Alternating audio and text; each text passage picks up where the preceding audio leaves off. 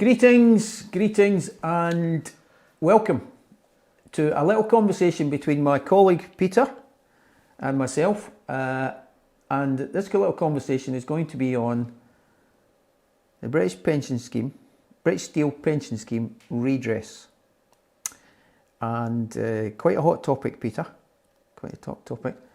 I think, as I've described to you many times, as a result of the redress scheme that has been announced by the FCA, PS14, the redress scheme, the British Steel redress scheme, which kicks off on the 1st of March 2023, or is it the 28th of February? 20th of February, yeah. 28th of February 2023. I've renamed it as All Roads Lead to FOS. All roads lead to the Financial Ombudsman. Okay, so that's a wee bit tongue-in-cheek. But, Peter, just as a big question, pick anywhere to start, but as a big question to you, what is it all about? What should people start thinking about? Who's in scope, who's not in scope? You know, just as a starting conversation for anybody who doesn't know what's going on, where would you start? Well, I think, as me and you have discussed previously, the work starts now.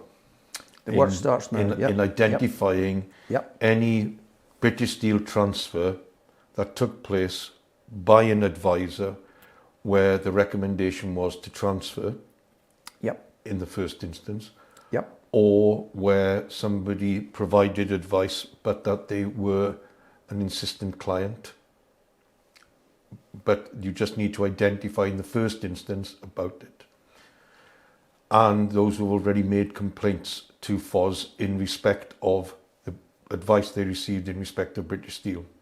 So those that are in scope, insistent clients are out of scope. Right, so just before we go on to, just talking about the in scope. So what do you mean by in scope? What do you mean by that? So the scheme starts on the 28th of February 2023. And within the first 4 weeks, 28th of March 2023, an IFA must have written to every transfer that took place in respect of British Steel pension scheme and tell the client whether they are in scope, which means that they will potentially have their file reviewed based upon the British Steel DBAT, which is going to be published by the FCA, and whether or not the file will be deemed by that outcome as being suitable or unsuitable from an advice point of view. But that initial letter must go out in that first 4 weeks. Yeah. So in scope effectively means, summarising it back to you, in scope, and this for me I think is critical, like number one, in scope is you're inside the rules of the scheme. That is correct. You're inside, so you're inside the, in the body of the kirk, if you like, you're inside. So if you are inside, if you're in scope, now, if you're inside, there are certain very prescriptive processes you have to follow. That's right. The interesting part though, John, is that you still have to write to the people that are out of scope, and you have to explain to the person why they're out of scope.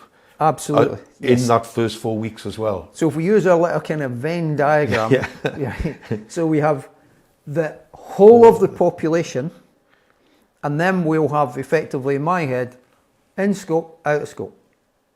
And in scope means you have to follow this very carefully. And if you're out of scope, there has to be a good reason why you're out of scope. That's correct. And there are 10 guidelines that have been listed by the FCA in PS 2214, and that is specifically in respect of the British Steel pension scheme redress scheme. The other interesting thing is that for the wider DB market, there is a new redress calculation basis come up, which is 2213, which starts on the 1st of April and replaces Final Guidance 79, and there are some interesting increases in certain criteria that is laid down that an IFA must follow under both schemes. Yeah, and I think that's, now we're getting into a bit of interesting kind of territory here, Peter. So I think it's worth mentioning at this stage, there is PS 2214, which defines the British Steel Pension Scheme Redress Scheme. And within that scheme, there are those who are within scope and those that are out with the scope of the scheme process. I'll just leave it like that. And the viewer said, actually what's even more interesting is, and really quite important maybe in the context of maybe a longer term, is at the same time as PS 14 came out, PS 2213 came out, which was the PS paper as a result of 2215 consultation paper on the redress calculations. That's correct. So there's some changes there. Absolutely. Now that's important for a couple of reasons.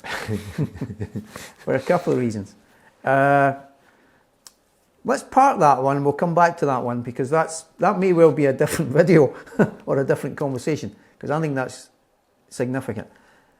I just want to pick one category of the definition of in scope, which is the date at which the transfer or the advice was to recommend the transfer. The date at which that took place is important.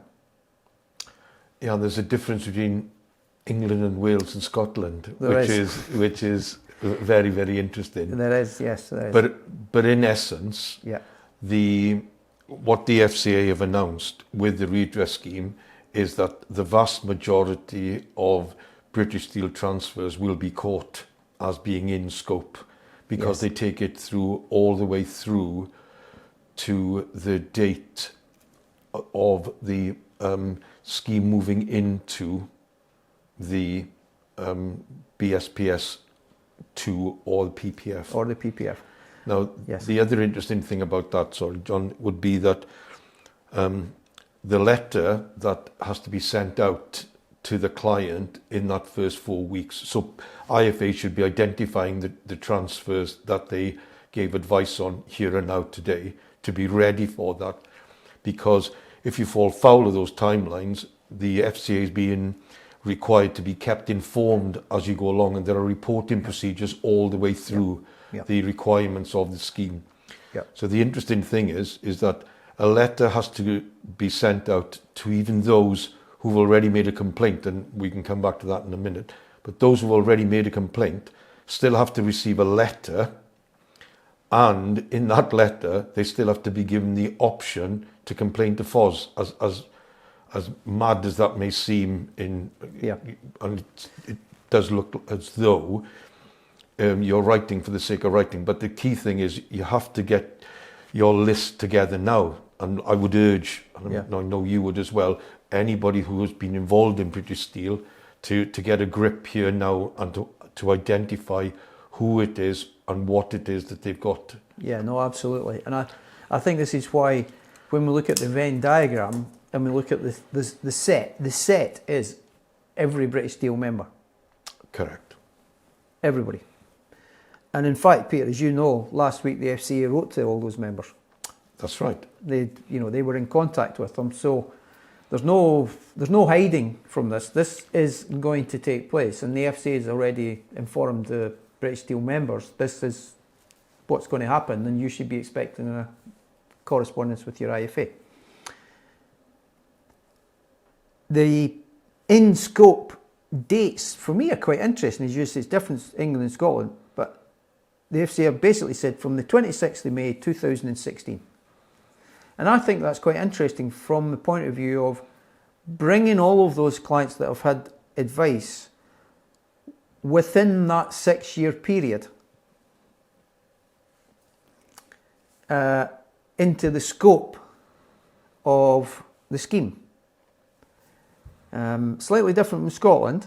The date's slightly different. I think it's a year. It's 2017, I think. That's correct. But I think that's interesting in the context of running a defined benefit advice business, because the FCA have been really keen to make sure these clients have been kept up to speed and encouraging them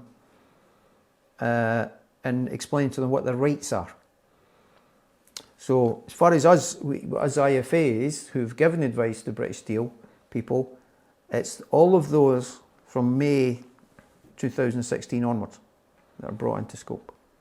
That's right. And the other interesting thing about that is that first letter that goes out to the in scope and out of scope people in that first 4 weeks. The whole package, in that first 4 weeks, it offers the potential for the client who received the advice from the IFA to opt out of the scheme.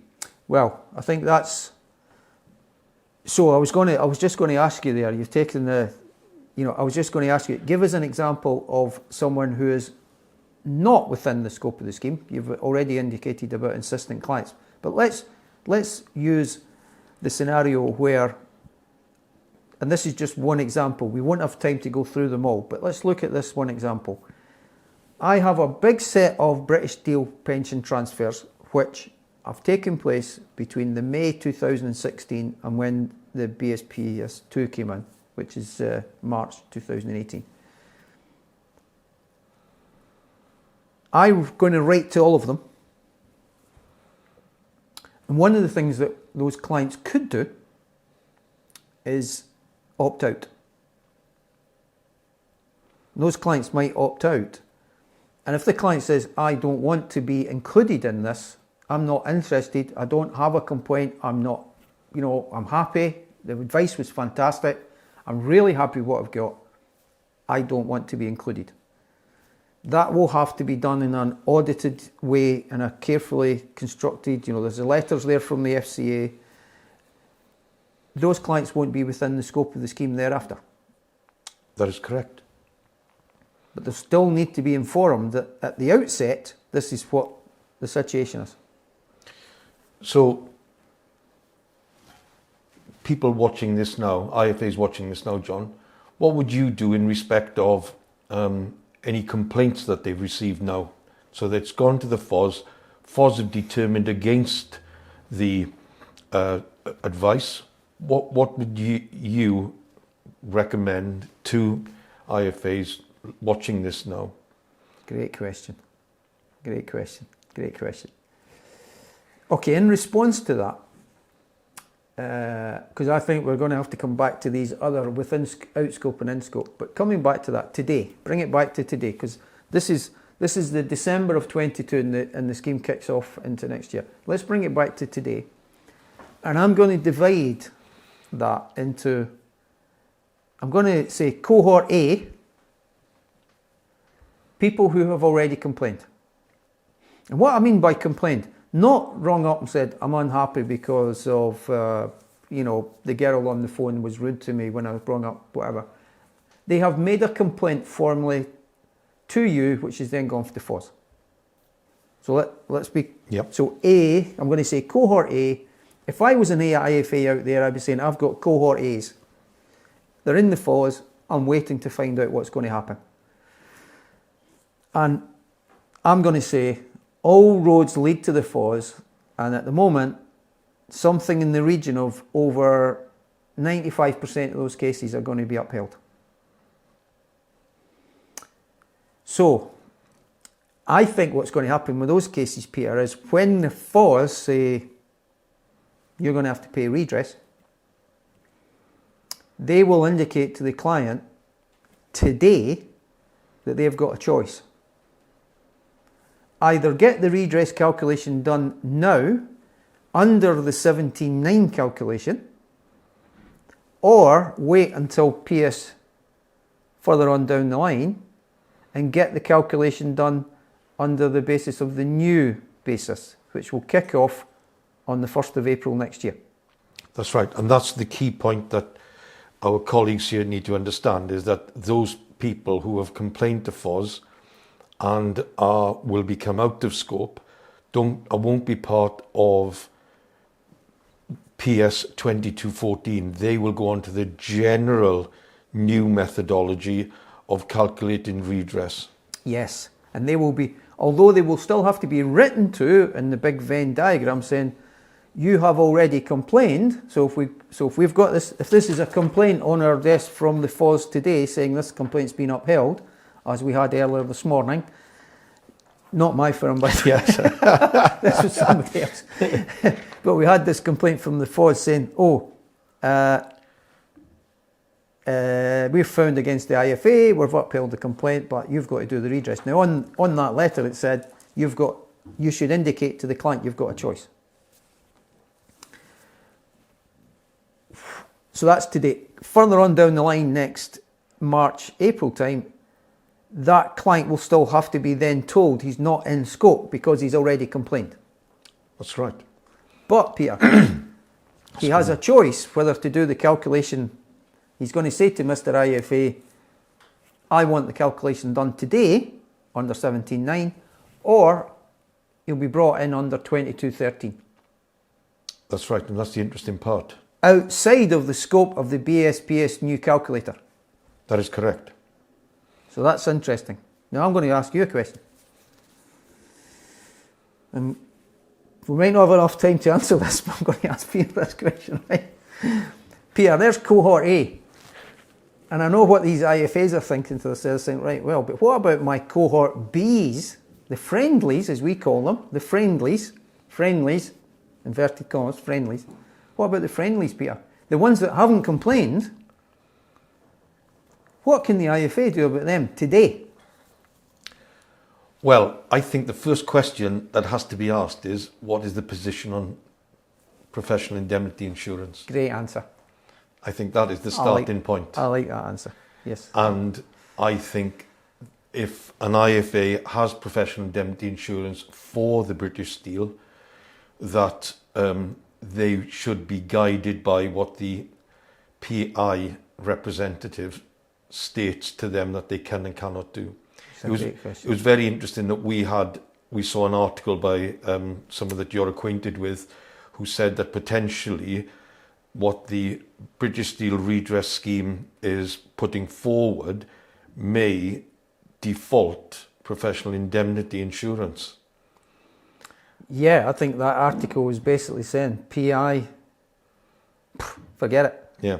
That's and the other thing I suspect is the problem for a lot of IFAs is the excess position, as we anecdotally have heard, where the excess position is in the region of £50,000. It may fall on to the IFA, unfortunately, as some of the redresses, as we've seen, because of the historic redress payments that have been paid, say, 12 months ago compared to where they are now, there's various evidence that those redress calculations have decreased for older ages and slightly increased for younger ages in terms of what the value is as a percentage of the transfer value that was originally made. Yeah, I mean, there's a huge big discussion for us about helping some of the guys to understand the heat map on, you know, age and service and redress calculations and stuff. But I think it's a really interesting one, Peter. I think it's a great point. Start at the PI. And it seems to be that the FCA understand there's not going to be a lot of PI for these cases. Yes. So it is debatable, is that the right word? It's debatable about how many of our colleagues or IFAs or firms are going to be able to handle some of this. It's, you know, this is going to mean that the IFAs are going to have to put their hands in their pocket. This is a redress scheme that the PI people are not picking up for. Yeah, and I think as well, John, as we've discussed, is that there are subtleties in the difference between where we are today and what will be prescripted post February 28th of February 2023. Yes. And let's just pick on one example. Unsuitable. So let's go back to our PI situation. So you don't have PI, and therefore it's going to fall on you. would it be, I'm not saying it is, would it be prudent to approach the people who are you're still in contact with, your friendlies who haven't made complaints, and say, would you like to have a calculation done today? Or do you wait from an IFA's point of view until the scheme starts and you anticipate or hope that those people will opt out within those first weeks once they receive a letter? Bearing in mind that those will have already had a letter within the last 2 weeks, because the letter from the FCA was dated the 28th of November, encouraging people and explaining to people about what the British Steel Redress Scheme is. And again, talking about FOS. I think it's a really interesting one, Peter. I know we don't want to, we could talk for hours on this, and we will come back to these important subjects, but I'm going to fire something back at you, Peter, and then I'm not expecting you to answer, right, but I'm going to leave it out there for the audience to think about this and fire it back to you and say, if I had a cohort of friendlies and no PI, I'm calling them on all unsuitable. Right now. Today. They're unsuitable. What do I do now? I want to contact these friendlies and say, I'm taking control.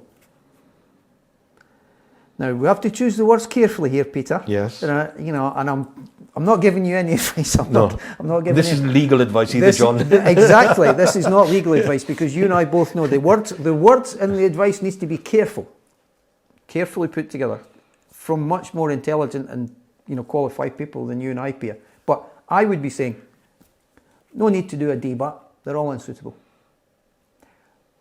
I would want to do the redress calculations for the whole group of the friendlies and say, and I'm just putting out some words out there, contacting Mr. Smith and say, Mr. Smith, it may well be that we have given you, or could have given you, unsuitable advice. We have considered that position carefully, and one of the things that you could do is get the redress calculation done today. You could do it on the 17.9 basis or the 22.13 basis, or you could go inside the scope of the scheme, but you could get it done today. What would you like to do? And it may well be that some of those people won't reply, they were not interested, some will choose to go into the scheme, and that means they're inside the scope, and a lot of the control of the IFA is taken away at that point. Whereas you might find some of your friendlies might say, actually, what is the calculation now, today? I've looked at the FCA website, I'm happy to get the calculation done. There's no point in waiting. And that's a very good point. Because that's, I think, worth considering. I totally agree. And the other thing that our colleagues need to understand is that, as you've already highlighted, post the 28th of February 2023, the control mechanism that is listed in PS 2214 is quite strict, time consuming, and every scheme or every case that has to be reviewed has to go through a British Steel Pension Scheme DBAT. And then the question then is whether or not it is suitable or unsuitable. But the key thing to understand is that if it's declared suitable, a copy of that DBAT has to go off to the FCA. And that's a great way. That's a fantastic. I'll pay you later for that, Peter. You've just lined me up to finish off by saying all roads lead to FOS. We will be back talking about British Steel Redress more than once. See you later. Cheers. Bye-bye.